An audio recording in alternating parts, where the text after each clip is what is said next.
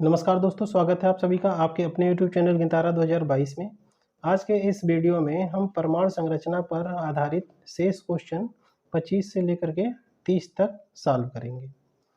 तो देखते हैं कि पहला क्वेश्चन क्या है। इसमें पहला क्वेश्चन दिया गया है 6.0 इलेक्ट्रॉन वोल्ट ऊर्जा वाला फोटॉन विद्युत चुम्बकीय स्पेक्ट्रम के किस भाग में पड़ता है। तो यदि हम इस फोटॉन की संगत फोटॉन के अगर जो वेवलेंथ निकाल लें तो उसके लिए हम रीजन पता कर सकते हैं कि वो किस रीजन में पड़ेगा। इसके लिए हम जानते हैं E जो होता है वो E equal to H C upon lambda होता है। तो यहाँ से अगर जो कैलकुलेशन किया जाए तो लैम्डा बराबर क्या हो जाएगा, लैम्डा बराबर हो जाएगा एच सी अपान ई। और यहाँ से अगर जो सबकी वैल्यू रखें तो क्या होगा, एच की वैल्यू हम जानते हैं 6.63 इंटू 10⁻⁻34 होता है। और सी की जो वैल्यू होती है वो 3 इंटू 10⁸ मीटर पर सेकंड होती है। और ई की वैल्यू दी गई है 6.0 इलेक्ट्रॉन वोल्ट। इस इलेक्ट्रॉन वोल्ट को यदि हम जूल में कन्वर्ट करेंगे तो 1.6 इंटू 10⁻⁻19 का गुणा करेंगे। अब अगर जो इसको हम सिंप्लीफाई करें तो देखिए 3 2 जा 6, तो यहाँ से हो जाएगा 6.63 डिवाइडेड बाई 16 2 जा 32, तो यहाँ पे हो जाएगा 3.2 इंटू, ये देखिए ये ऊपर जाएगा तो प्लस हो जाएगा, तो यहाँ पे 19 और 8 मिल करके 27 हो जाएगा। और 27 को 34 में से घटाएंगे तो 10⁻⁻ हो जाएगा -7। ये जो आएगा ये मीटर में आएगा। इसको सिंप्लीफाई करेंगे तो इसके सिंप्लीफिकेशन के बाद ये आएगा 2.072 इंटू 10⁻⁻7, ये मीटर में आएगा। इसको एंगस्ट्रॉम में कन्वर्ट करेंगे तो जाएगा 2072 एंगस्ट्रॉम। अब ये जो 2072 एंगस्ट्रॉम आ रहा है इसको हम देखेंगे कि ये किस रीजन में पड़ता है। तो यदि हम यूवी लाइट की बात करें तो उसका जो वेवलेंथ होता है रेंज वो 100 एंगस्ट्रॉम से लेकर 4000 एंगस्ट्रॉम तक होता है। और जो दृश्य प्रकाश क्षेत्र होता है वो 4000 से लेकर के 7800 एंगस्ट्रॉम तक होता है, 7800। तो अगर जो देखा जाए तो 2072 है ये किस में पड़ेगा, इसी रीजन में पड़ेगा। तो इस तरह से इसका जो ऑप्शन होगा वो परावैंगनी क्षेत्र होगा। इसमें देखिए क्वेश्चन थोड़ा सा सेट करने में ए के बाद सी लिखा गया है, तो ये आप सही कर लीजिएगा। ये इसका आंसर लेकिन हो जाएगा कितना, परावैंगनी क्षेत्र में।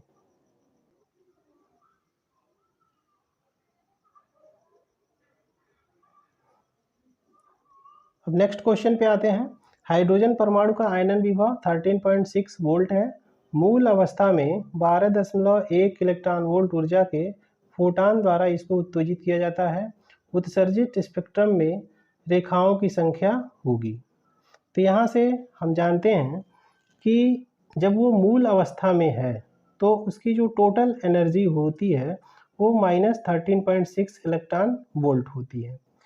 तो ग्राउंड स्टेट में अगर जो वो -13.6 है, -13.6 है और उसको 12.1 यानी 12.1 इलेक्ट्रॉन वोल्ट ऊर्जा मिल जाती है, तो वो मान लीजिए कि 90वें एनर्जी लेवल में पहुंच जा रहा है। यानी En इक्वल टू -13.6 प्लस 12.1। इसको सिंप्लीफाई करेंगे तो ये देखिए आएगा 6 में से 1 जाएगा 5 और ये 3 में से 2 घटेगा तो 1, ये 1.5 इलेक्ट्रॉन वोल्ट आ रहा। चूँकि हम जानते हैं En is equals to -13.6 upon n square होता है। तो यहाँ से n स्क्वायर की जो वैल्यू होगी n स्क्वायर हो जाएगा 13.6 अपान EN।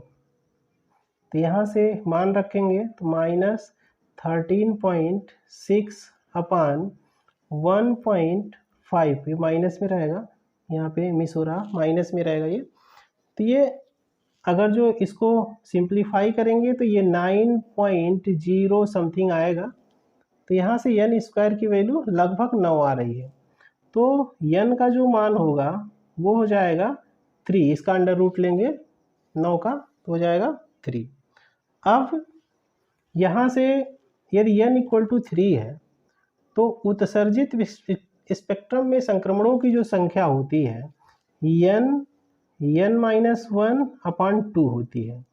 तो यदि हम n की जगह पे 3 रखते हैं तो 3 × 3 - 1 करेंगे तो 2 / 2, 2 से 2 कैंसिल होगा तो ये आ जाएगा 3।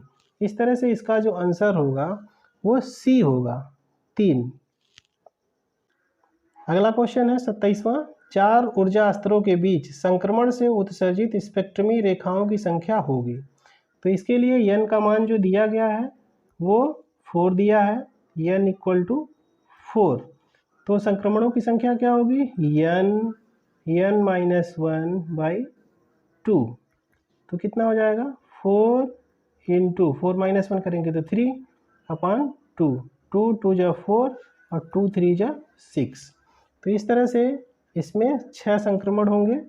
तो यहाँ से ऑप्शन हो जाएगा इसका C। नेक्स्ट क्वेश्चन दिया है कि किसी हाइड्रोजन परमाणु का इलेक्ट्रॉन उत्तेजित अवस्था यानी = 5 में है, इससे उत्सर्जित होने वाले विकिरण में संभव आवृत्तियों की कुल संख्या होगी। तो यदि हमको नंबर ऑफ ट्रांजिशन पता चल जाए तो हम ये बता सकते हैं कि उसकी आवृत्तियों की संख्या कितनी होगी, क्योंकि जितने ट्रांजिशन होंगे उतना ही आवृत्ति का रेडिएशन होगा। तो यहाँ से n = दिया हुआ है 5, तो नंबर ऑफ ट्रांजिशन कितना होगा, n-1/2 और n का मान 5 दिया है तो 5 × 5 - 1 यानी 4/2। तो 2 × 2 = 4 और 5 × 2 = 10, यानी इसमें नंबर ऑफ ट्रांजिशन 10 होंगे। तो जितने ट्रांजिशन होंगे उतनी फ्रीक्वेंसी का रेडिएशन भी होगा। तो यहाँ से इसका ऑप्शन हो जाएगा C यानी 10। अब 29वां क्वेश्चन है, हाइड्रोजन परमाणु में इलेक्ट्रॉन के निम्न संक्रमण में उत्सर्जित फोटॉन की न्यूनतम आवृत्ति होगी। आवृत्ति न्यूनतम कब होगी ये हमको बताना है। तो इसको समझने के लिए हम ट्रांजिशन देखेंगे एनर्जी लेवल में किस तरह से हो रहा। अगर जो ये समझ जाते हैं तो हम बड़े आसानी से इसका आंसर पता कर सकते हैं। तो मान लीजिए कि ये अधिकतम इसमें n = 4 दिया है तो 4 एनर्जी लेवल हम बना लेते हैं। ये पहला एनर्जी लेवल है, ये दूसरा है, ये तीसरा है और ये चौथा है। ये n = 1 है, ये n = 2 है, ये n = 3 है, ये n = 4 है। अब इसमें यदि हम ट्रांजिशन देखें तो ट्रांजिशन में कैसे दिखाएंगे इसको। इसके लिए देखिए, पहला ट्रांजिशन है 2 से 1 में जा रहा है, यानी ये यहाँ से यहाँ पे आ रहा है। फिर दूसरे के लिए देखें तो दूसरे में क्या है, 4 से 3 में जा रहा है। तो 4 यहाँ है, 3 यहाँ है, 4 से 3 हो गया। फिर तीसरे में 4 से वो 2 में जा रहा है। 4 देखिए यहाँ पे है और ये 2 यहाँ पे, 4 से 2 में जा रहा है।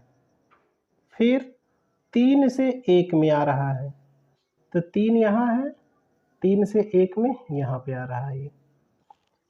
तो यदि हम इसको ऑब्जर्व करें तो आप देखिए यहाँ पे जो 2 और 1 के बीच का सेपरेशन है वो सबसे ज़्यादा होगा। 2 लगातार अगर जो हम एनर्जी लेवल ले रहे हैं तो उसमें 2 और 1 के बीच का जो एनर्जी गैप होगा, एनर्जी डिफरेंस होगा, वो सबसे ज़्यादा होगा। और सबसे कम कहाँ होगा, 4 और 3 के बीच में। तो देखिए 4 और 3 के बीच का सेपरेशन सबसे कम है, तो वहाँ पे एनर्जी डिफरेंस भी सबसे कम होगा। और यहाँ से देखिए 4 से 2 में आ रही है तो यहाँ पे सेपरेशन ज़्यादा होगा। फिर 3 से 1 में आ रही है, यहाँ पे सेपरेशन और ज़्यादा हो जाएगा। तो सबसे कम सेपरेशन कहाँ पे हो रहा है? एनर्जी डिफरेंस 4 से 3 के केस में हो रहा है। तो जब एनर्जी डिफरेंस न्यूनतम होगा तो वहाँ पे फ्रीक्वेंसी भी न्यूनतम होगी, क्योंकि हम जानते हैं कि E जो होता है E वो h न्यू के बराबर होता है।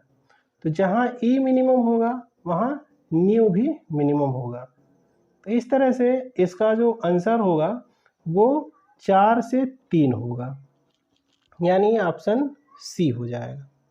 इसमें भी देखिए थोड़ा सा सीक्वेंस गड़बड़ हो गया है, ए के बाद सी लिखा गया है, लेकिन यहाँ पे आप समझिए n इक्वल टू 4 से n इक्वल टू 3 में जो ट्रांजिशन होगा वहाँ पे सेपरेशन सबसे कम होगा, इसलिए वहाँ पे एनर्जी डिफरेंस कम होगा और इसी कारण उसकी जो फ्रीक्वेंसी होगी वो सबसे कम होगी। अब लास्ट क्वेश्चन है, यदि हाइड्रोजन परमाणु में इलेक्ट्रॉन तृतीय कक्षा से द्वितीय कक्षा में उतरता है तो उत्सर्जित विकिरण की तरंगदैर्घ्य होगी। तो हम जानते हैं तरंगदैर्घ्य का formula 1/λ is equals to r into 1/n1 square minus 1/n2 square. तो यहाँ से अगर जो देखा जाए तो r की वैल्यू के ही टर्म में ये दिया हुआ, r के टर्म में ही दिया हुआ ऑप्शन, तो r का मान रखने की ज़रूरत नहीं है। यहाँ पे देखिए ट्रांजिशन जो हो रहा है वो तीसरी कक्षा से दूसरी कक्षा में हो रहा है, तो ये हो जाएगा r इंटू 1/2 का स्क्वायर माइनस 1/3 का स्क्वायर। तो इसको सिंप्लीफाई करेंगे तो देखिए 2 का स्क्वायर 4 होगा, 3 का स्क्वायर 9 होगा, दोनों का एलसीएम लेंगे तो 9 चौके 36 हो जाएगा। तो इसका एलसीएम हो गया 36, यहाँ पे r रहेगा ही। फिर 4 9 36, तो यहाँ पे हो जाएगा 9, 9 चौक 36, तो यहाँ पे हो जाएगा 4। इसको सिंप्लीफाई करेंगे तो ये आएगा हमारा 5r/36। ये 1/λ का मान आया। तो लैम्डा इक्वल टू क्या हो जाएगा? लैम्डा इक्वल टू हो जाएगा, इसका इन्वर्स कर देंगे तो 36/5r हो जाएगा ये। तो इस तरह से इसका जो आंसर होगा वो ऑप्शन ए हो जाएगा। तो आज के लिए बस इतना ही, धन्यवाद।